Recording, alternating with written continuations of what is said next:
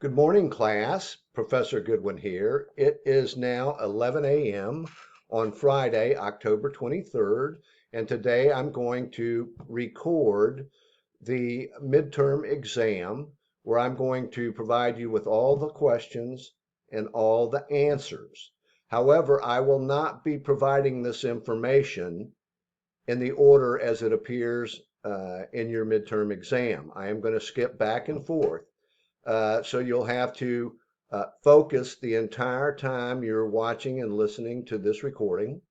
You can listen and watch it as many times as you want. And then when you take the exam, hopefully you'll be able to understand and remember the information that I provided you here today. So remember, we have 36 true and false. We'll go over that first.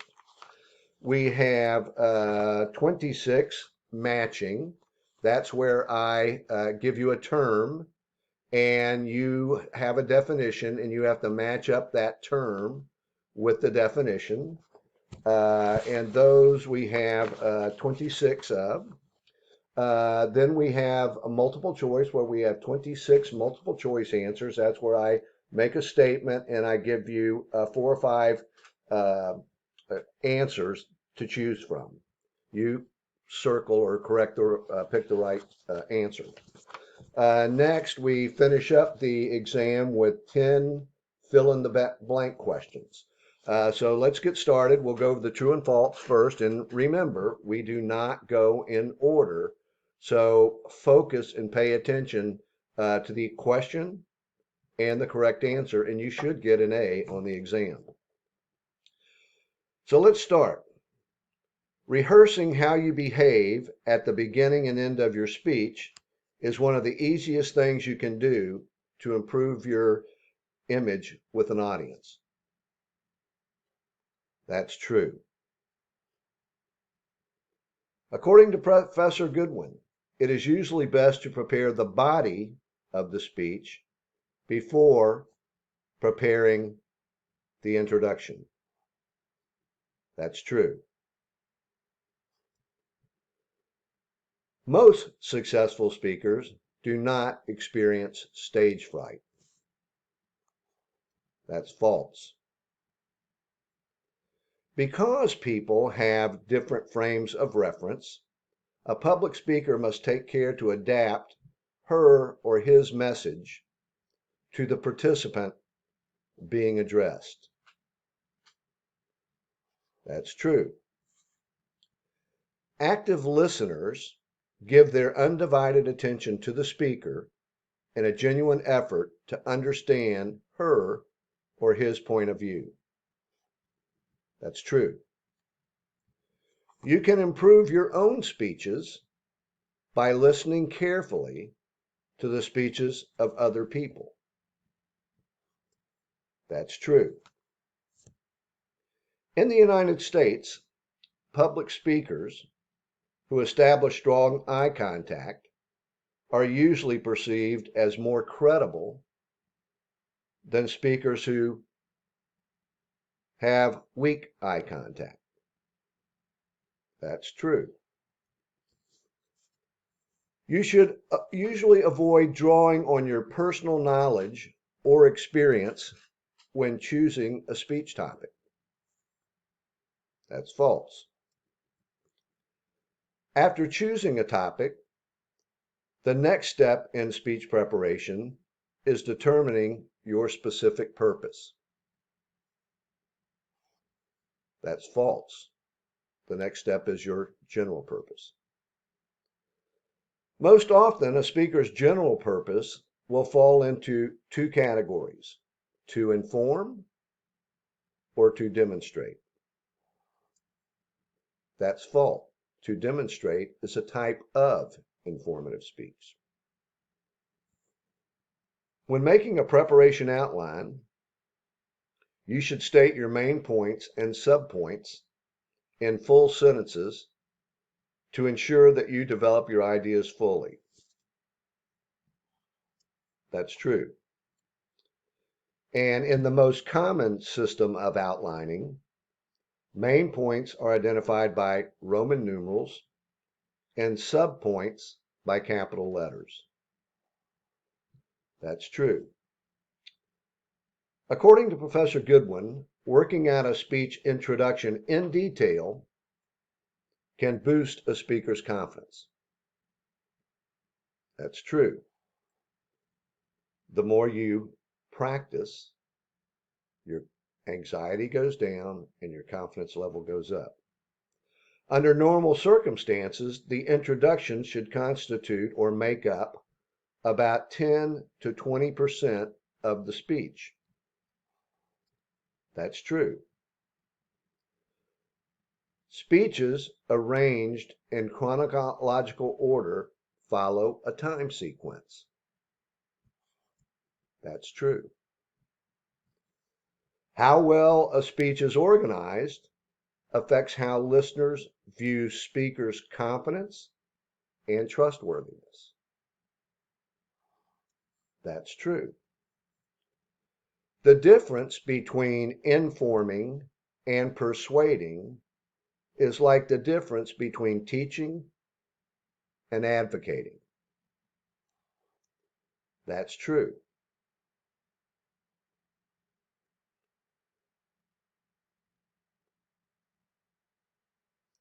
Referring back to the introduction in your conclusion is a good way to give the speech psychological unity. That's true.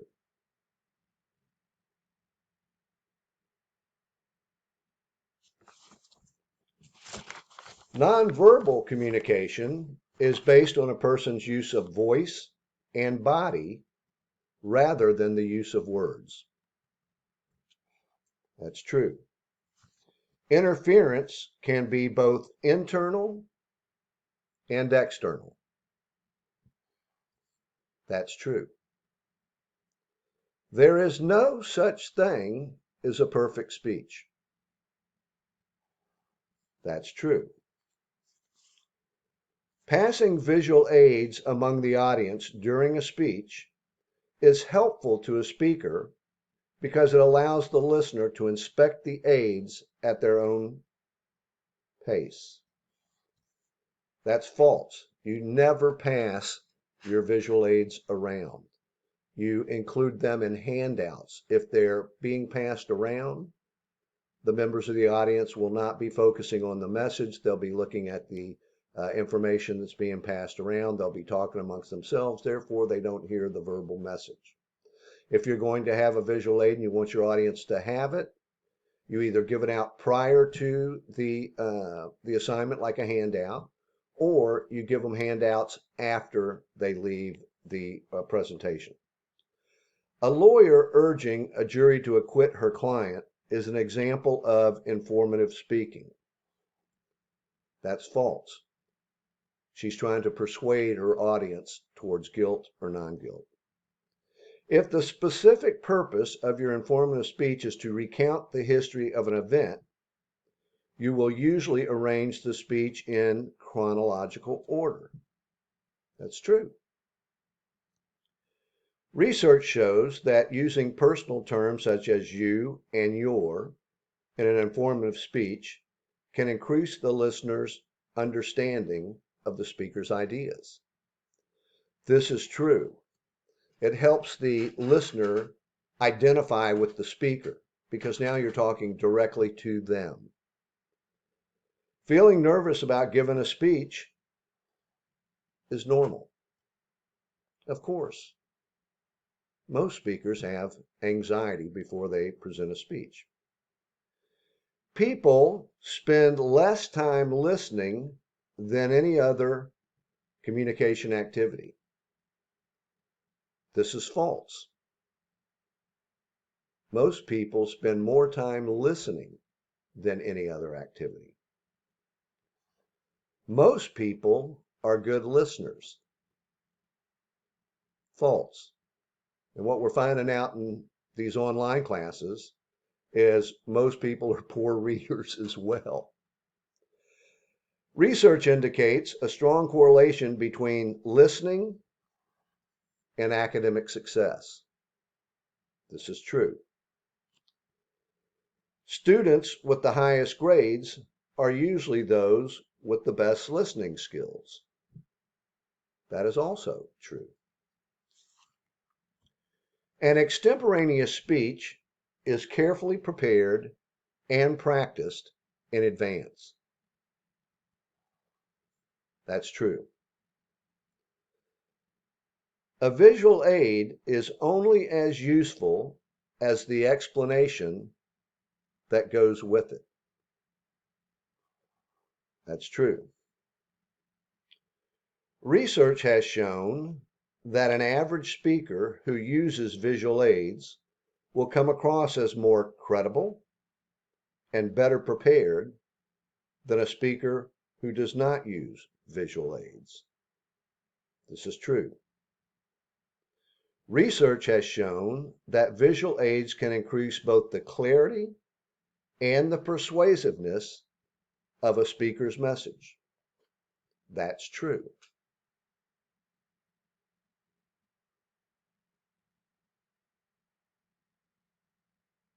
And that, ladies and gentlemen, is all 36 questions that are true and false.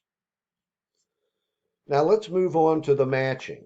Now this is where you're going to match the letter of the definition with the term. So I am going to give you the definition, and then I'm going to give you the correct term that goes with it. Now this is probably the most difficult part of this presentation or midterm exam.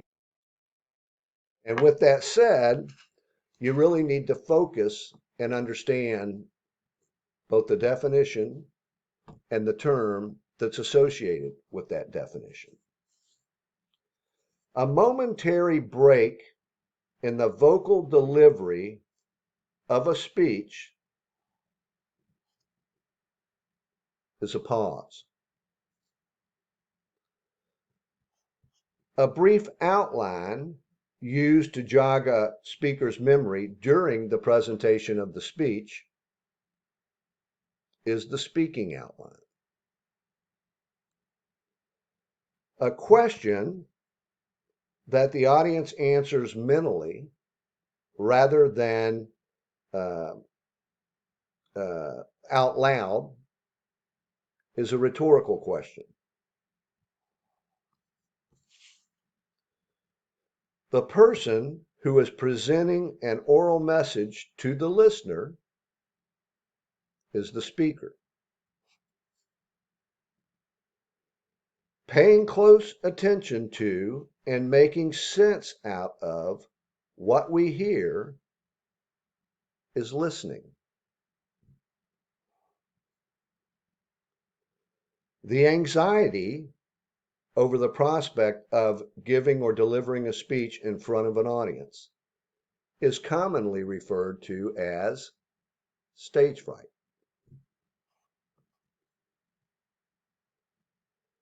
Anything that impedes or interferes with the communication of a message is interference.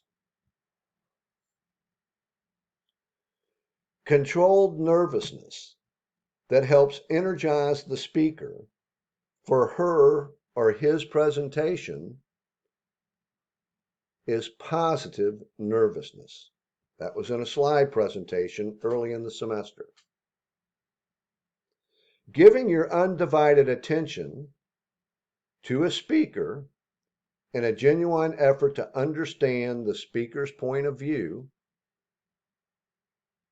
is active listening.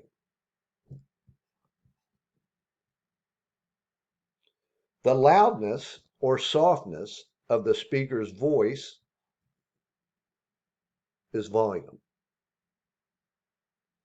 A speech delivered with little or no preparation is an impromptu speech. Mental imaging, in which a speaker vividly pictures himself or herself giving a successful presentation, is visualization.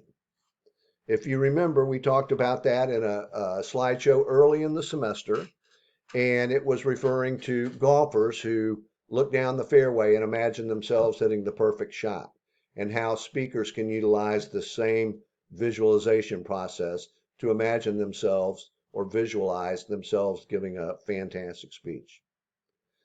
The sum of a person's knowledge, experience, goals, values, and attitudes is frame of reference. I think you see a reference to frame of reference, pardon the pun, in your true and false, and your matching, and maybe even the fill in the blank, I can't remember. The difference between the rate at which most people talk, 120 to 150 words a minute, and the rate at which the brain can process language at 400 to 800 words a minute is something that none of my students really suffer from. Spare brain power. I'm just teasing.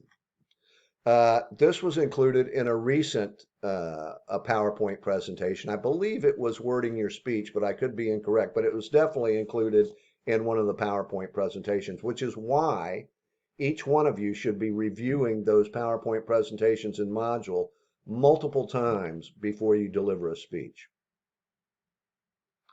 The central idea or proposition of the speech. That's the message. You have all 7 components of the communication process defined in this matching section. The central idea or proposition of the speech is called the message.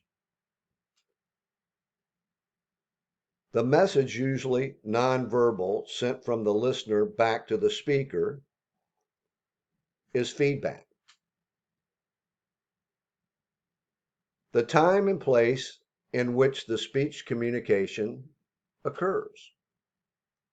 Again, one of the 7 components of the speech communication process, which was in one of our very first lectures, is called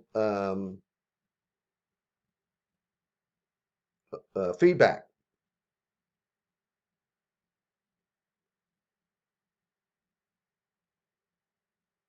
The subject of your speech is topic. The hormone released into the bloodstream in response to mental or physical stress, adrenaline. That was also included in a PowerPoint presentation early in the semester talking about nervousness and how to cope with it. What a speaker wants the audience to remember after it has forgotten everything else in the speech was the last part of your first brief speech assignment, and it was your central idea. A word or phrase that indicates when a speaker has finished one thought and is moving to another. That's called a transition. A statement in the introduction of a speech that identifies the main points to be discussed in the body of the speech. That's a preview of your main points. So preview is the correct answer.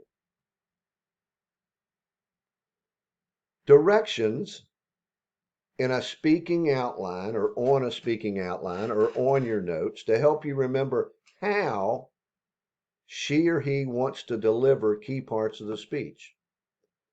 These are referred to as delivery cues.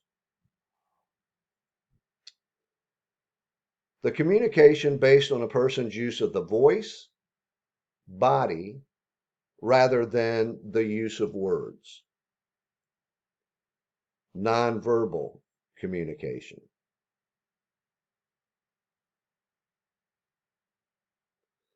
And I believe that is all the terms and definitions that will be included in the matching section of the midterm exam. So we've gone over the true and false. We've gone over the matching. And so now we're moving to the multiple choice. And again, I'm going to give you a statement or a question, and then I'm going to give you 5 answers to choose from. And you pick out the correct answer. Thus, the term matching. Okay. Remember I told you you'd see some things in true and false. You would see the same thing in matching, and you'll see it again in your multiple choice. So the knowledge, experience, goals, values, and attitudes through which each listener filters the message make up the listener's psychological filter, attitudinal field, cognitive screen, frame of reference, or none of the above. Now, something else to remember. I am not giving you the 5 choices in any particular order. So you can't write down A, B, C, D, or E because I'm not giving you them in the correct order. As I'm fond of telling you, I was born at night, but not last night. Anything y'all have ever thought of, Professor Goodwin's done or thought of. All right, in preparing a PowerPoint, most experts recommend printing all words and numbers in bold using nothing smaller than 34-point type, 18-point type, 24-point type, 12-point type, or the size of the type has no effect on the PowerPoint presentation. The correct answer is 24-point type. Now, if you remember in my presentation, my video lecture on PowerPoint presentations, it might have been a Zoom meeting, I talked to you about how 24 was the smallest font that you should use when you're projecting on a screen. However, I would suggest using 32-point type. However, I didn't want to confuse my students, so I didn't include 32-point. I included 34-point. But the correct answer is use nothing smaller than 24-point type. While listening to a speech about gun control, Scott thought back to his experience as an intern with the police department and decided that the speaker was knowledgeable about the subject. Scott was empowering the speaker to make the change in the world, sending feedback about the message to the speaker, filtering the message through his frame of reference, missing the message due to the era of ethnocentrism, or all of the above. The correct answer for the second time, maybe third, Scott was filtering the message through his frame of reference. Which of the following is likely to help you deal with nervousness in your speeches? Be thoroughly prepared for each speech. Focus on communicating rather than being nervous. Visualize yourself giving a strong speech. All of the above. None of the above. The correct answer is obviously all above. The knowledge, experience, goals, values, attitudes through which each listener, oh, we've already done that one, okay. Which of the following does Professor Goodwin recommend as a way to help you deal with nervousness in your speeches? Be prepared to fail your first few speeches. Work especially hard on the speech introduction. Tell the audience how nervous you are when you get up to speak? All of the above or none of the above? Obviously, the answer is work especially hard on your speech introduction. Why? Because I would never tell you to hope you fail in the first few speeches. That'll make you feel better. Or we learned in the very beginning on a PowerPoint when we were discussing how to cope with nervousness, you don't tell the audience you're nervous because then they'll start focusing on the idiosyncrasies that you're using to express that nervousness. Okay, which of the five, oh, we've already done that one. Visual aids can be very useful to a speaker because they often take the place of statistics, enhance the clarity of a speaker's ideas, can be passed among members of the audience, do not require any explanation, or all of the above. Visual aids can be very useful to the speaker because they enhance the clarity of a speaker's ideas.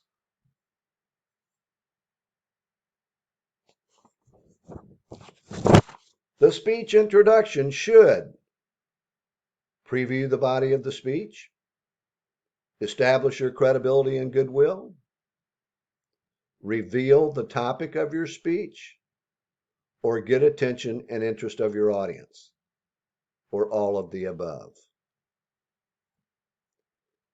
The answer, all the above. Which one is not a type of informative speeches? If you looked over the PowerPoint on informative speeches, it gave you the different types of informative speeches. Which one is not a type of informative speeches? Speeches about objects, speeches about processes, speeches about events, speeches of tribute. All the above are types of informative speeches. The correct answer is speeches of tribute. Remember, the question was, which one is not a type of informative speech? Speeches of tribute are a speech for a special occasion.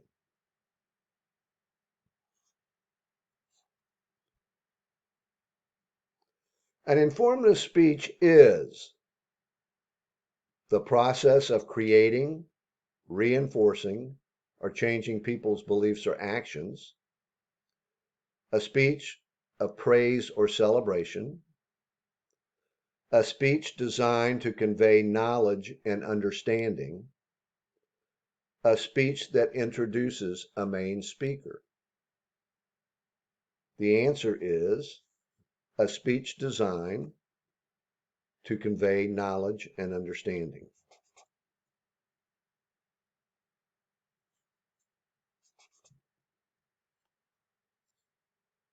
Which of the following are guidelines for informative speaking? Don't overestimate what the audience knows. Relate the subject directly to your audience. Don't be too technical. And avoid abstractions. Or all of the above. The answer is obviously all of the above. Which one is not a similarity between public speaking and conversation? Now, you might not get this one if you weren't reviewing this Reviewing this review? Sorry to be redundant. Which one is not a similarity between public speaking and conversation? Include tailoring your message to your audience, adapting to listener feedback. Both are highly structured, telling a story for maximum impact, organizing your thoughts logically. The answer is both are highly structured. Now, what does that mean? Well, what it means is in your introduction, you have four things that you want to accomplish. You have your body of your speech, and you have your conclusion and But when you're having a normal conversation, you don't have to have anything in a particular order, and so both are not highly structured. The conversation is not highly structured. Which one of the following is not a way to deal with nervousness? Prepare, prepare, prepare. Use power of positive thinking. Don't expect perfection. Acquire speaking experience. Realize that your nervousness is likely visible to the audience, so they will understand. Listen to the question. Which one of the following is not a way to deal with nervousness? The answer is realize that your nervousness is likely visible to the audience, so they will understand. The way you combat nervousness is you prepare, prepare, prepare. You do acquire speaking experience. You do use the power of positive thinking. And there's no perfect speech, so you don't expect perfection. So once again, which of the following is not a way to deal with nervousness? That's to realize that your nervousness is likely visible to the audience, so they will understand. Which of the following is one of the four major causes of poor listening? Listening empathetically as well as critically. Focusing exclusively on a speaker's appearance or delivery style. Suspending judgment about a speaker's ideas until the conclusion, concentrating on a speaker's evidence or reasoning, taking key word notes during the speech. The question was, which of the following is one of the four major causes of poor listening? And that would be focusing exclusively on the speaker's appearance and delivery style. I don't like their accent. I don't like their hairstyle. I don't like the way they dress. Well, you can't be focused on that. You have to focus on the message itself. Okay, moving right along. Which of these guidelines is inappropriate for using visual aids? A, whoops, don't want to give you those. Offer aid, remember, which of these guidelines is inappropriate for using visual aids? So you have to read these questions carefully. Make sure they don't have inappropriate or not in the question. Which of these guidelines is inappropriate for using visual aids? Offer the aid at the right moment. Make sure the aid can be seen. Refer to the aid and explain it. Talk to the audience, not the aid. Always pass the aid around. A visual aid allows the audience to inspect it during the speech. Well, we talked about this earlier in the exam. You don't pass around a visual aid. So which of these guidelines is inappropriate for using visual aids? Always pass the aid around to allow the audience to inspect the speech. During the speech, excuse me. When it comes to learning and retention, research indicates that listeners retain and learn more from showing and telling, showing, telling. None of the above. The answer is showing and telling. That was included in the PowerPoint that we went over. It's called visual aids or presentation aids. And that's where there were the graphs, if you remember, and showed how much people were able to retain 2 weeks after the presentation if you used a visual aid.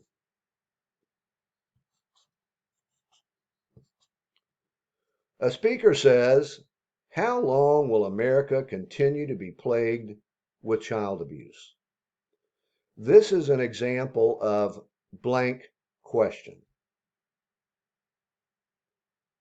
An overt response question, a rhetorical question, a stupid question, or a questionable question. The answer is obviously, it's a rhetorical question. When designing a PowerPoint presentation, the speaker should consider don't want to do that. When designing PowerPoint presentations, the speaker should consider backgrounds, typeface, color of the font, size of the font, all of the above. The answer is all of the above. This was also included in the module in Canvas referring to presentation, visual or presentation aids. It was included in the PowerPoint. Okay, Margaret is listening to her roommate to provide emotional support in a time of distress. Margaret is engaged in blank listening. Entertainment, critical, empathetic, analytical, none of the above.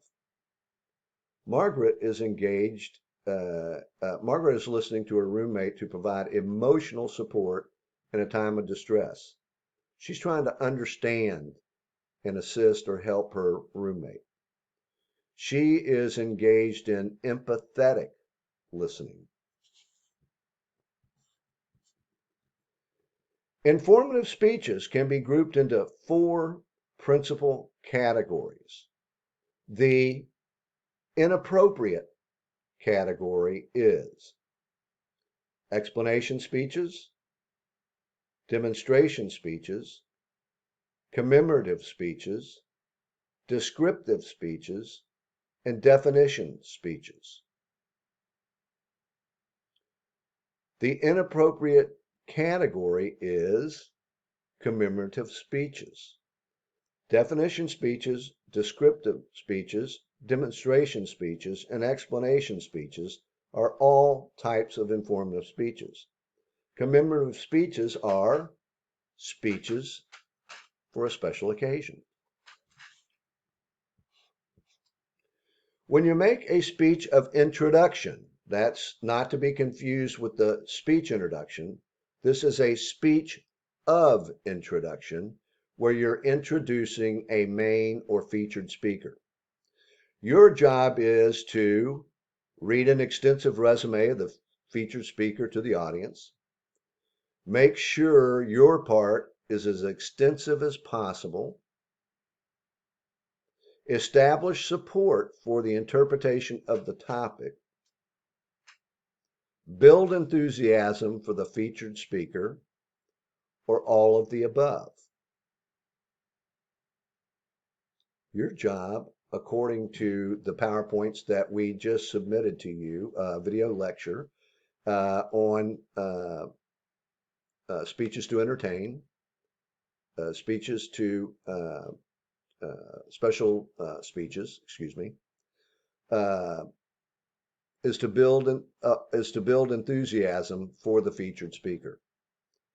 Your job as for the speech of introduction is to build enthusiasm for the featured or main speaker. And that was what we learned as speeches for a special occasion. Next, the text quotes the old speech-making formula. Tell them what you're going to tell them, then tell them what you told them. The last sentence refers to the attention material, the body of orienting material, the summary, all the above, or none of the above. Well, let's go back and look at that sentence. The last of the end of the question is, the last sentence refers to the, so you just look back to the sentence in front of it, tell them what you told them. That has to be the summary.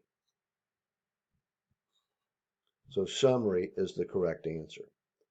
The conclusion to the speech should be approximately how long in length? If you read my emails, if you read the announcements, if you watched the videos, if you read the text, you'll know that your conclusion should be at least 50% of the speech, 10 to 20% of the speech, 5 to 10% of the speech, no conclusion is even necessary, or none of the above.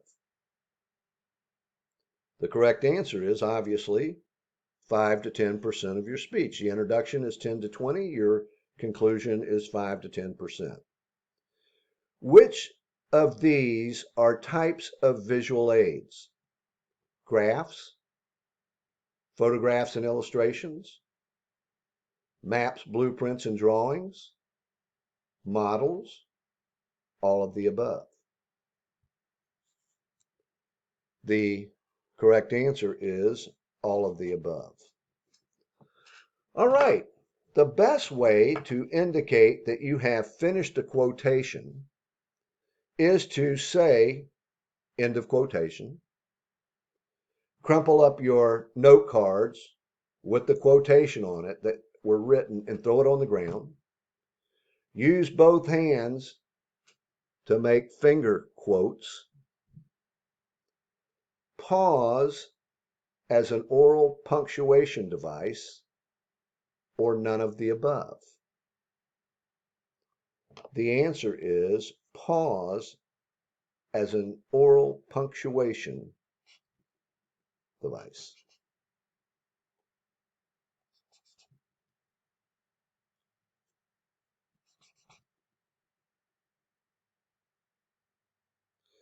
According to most attorneys, courtroom battles are usually won on the effectiveness of the jury foreman, the closing argument, the expert witnesses, the opening statement, or the opening statement and closing argument. According to our PowerPoint presentation on introductions and conclusions, the opening statement and closing argument, according to most attorneys, these battles are usually won and are the most effectiveness based on the opening statement and closing argument. Informing the audience of your qualifications to speak is a form of bragging to be avoided, recommended to build credibility, not advised unless you're an expert, best delivered at the end of the speech, or none of the above. Informing the audience of your qualifications to speak on a topic is recommended to build your credibility. Remember when we were talking about things you need to accomplish in your introduction? And one of them was to establish your credibility. Well, if you have personal experience or knowledge, that just enhances your personal credibility.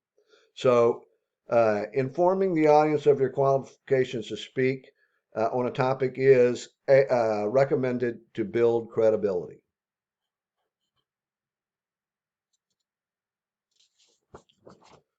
Okay, and last but certainly not least is your fill in the blanks.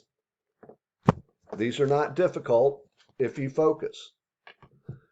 I'm going to give you 5 of them, and you better dang sure know the other 5 because I've preached them over and over and over and over in class, and they are the central ideas to this class. And one of the central ideas is to succeed in this class, There are three keys to succeeding in delivering a successful speech: planning, preparation, and practice. And why is communication so difficult?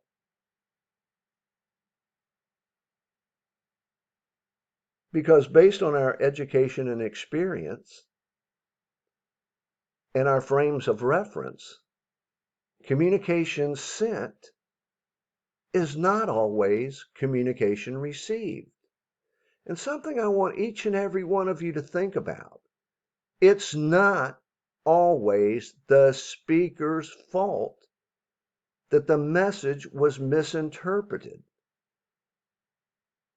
Sometimes the listener misinterprets the message. So be careful when you're passing along information and about someone's message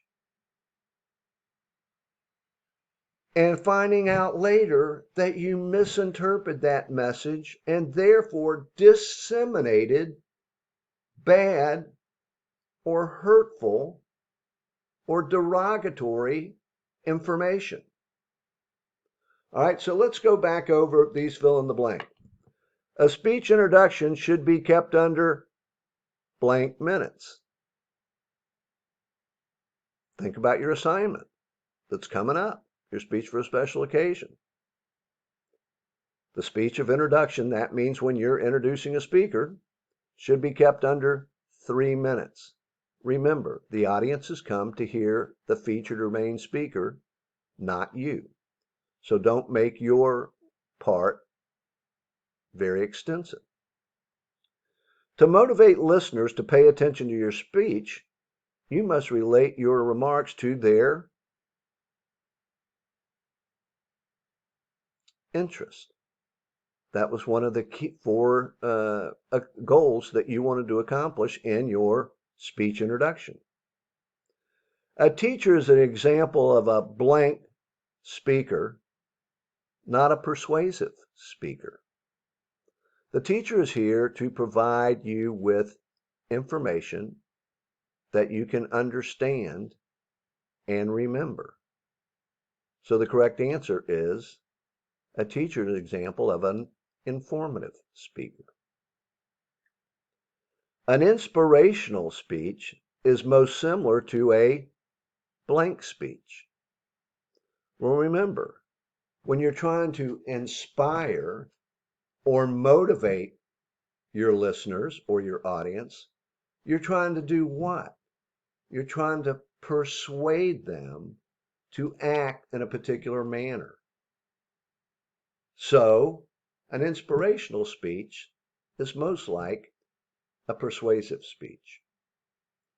All right, I want you to pay very close attention to this because some of you might not know what bestow means.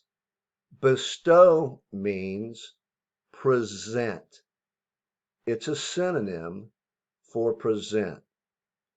So a speech designed to formally bestow an award or present an award of honor is known as a speech of what? Remember what I told you. A speech of presentation, you're presenting or bestowing an award. A speech of acceptance is you're accepting an award. And for whatever reason, I don't understand why it's such a confusing concept for students. But when I say presenting a speech, they put speech of acceptance. When I say accepting an award, they put speech of presentation. Listen to the 2 words. A speech designed to present an award is a speech of presentation. Present is in the word presentation. A speech where you accept an award is a speech of acceptance. Accept is part of the word acceptance. So I don't know how they're confused, but I'm warning you, be careful. And that, ladies and gentlemen, and I use those terms loosely, is your midterm exam. Now, again, the reason I provide my students with both the questions and the answers is I'm not here to give you a bad grade. I'm in here to impart knowledge or help you gain knowledge, and I want you to gain experience. So it's not in your long-term best interest to flunk the class. It's not in my long-term best interest to flunk you in the class. So what I'm doing is I'm saying, hey, this is part of the learning process. I'm going to give you the information. You focus, you be an active listener, and hopefully you'll understand and remember the information that I'm delivering to you in this class. And that makes me an informative speaker or teacher because I'm trying to deliver qualified, trustworthy, credible, reliable, up to date, accurate, and unbiased information that's going to help you succeed in your personal, your academic, and your career lives. So, again, take the opportunity over the weekend and next week to go over this. Don't wait until Wednesday afternoon or Wednesday night. Go over it now so many times that when you see that exam, you're done with it in 15 minutes. Now, I will say this.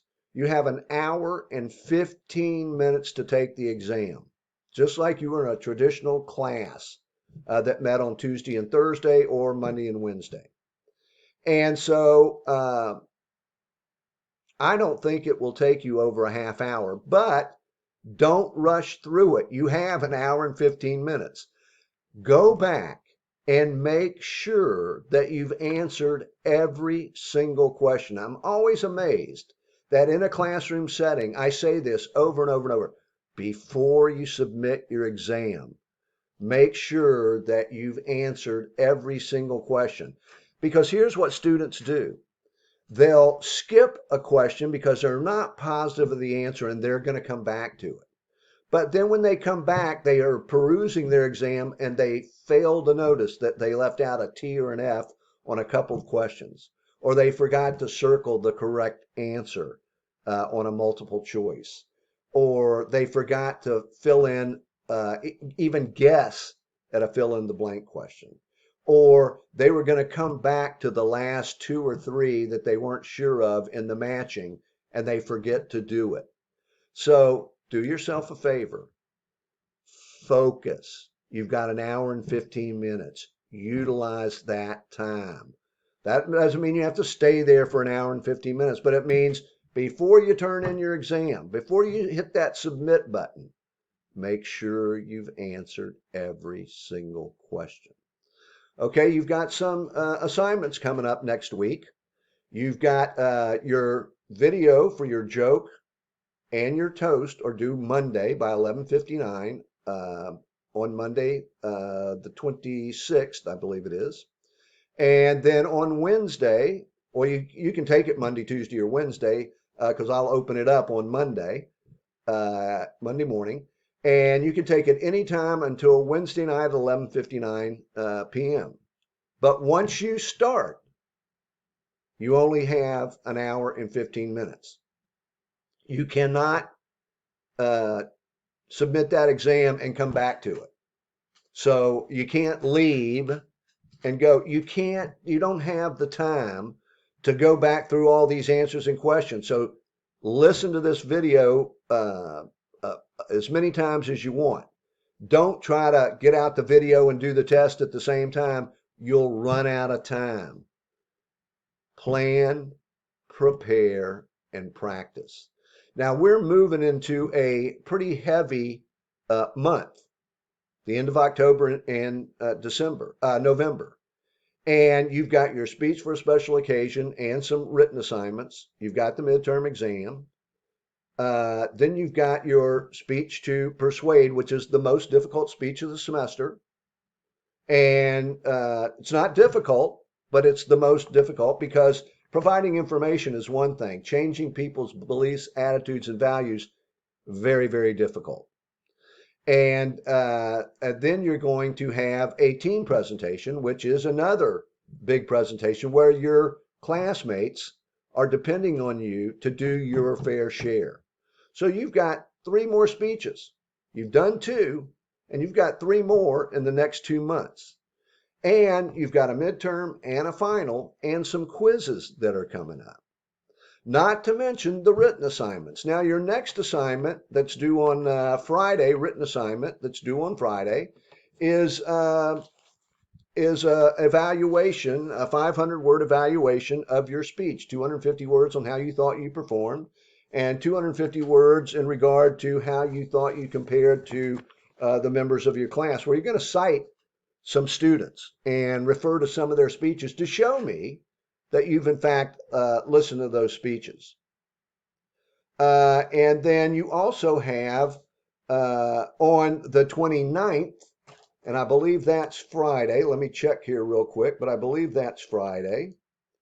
You are going to have another written assignment due.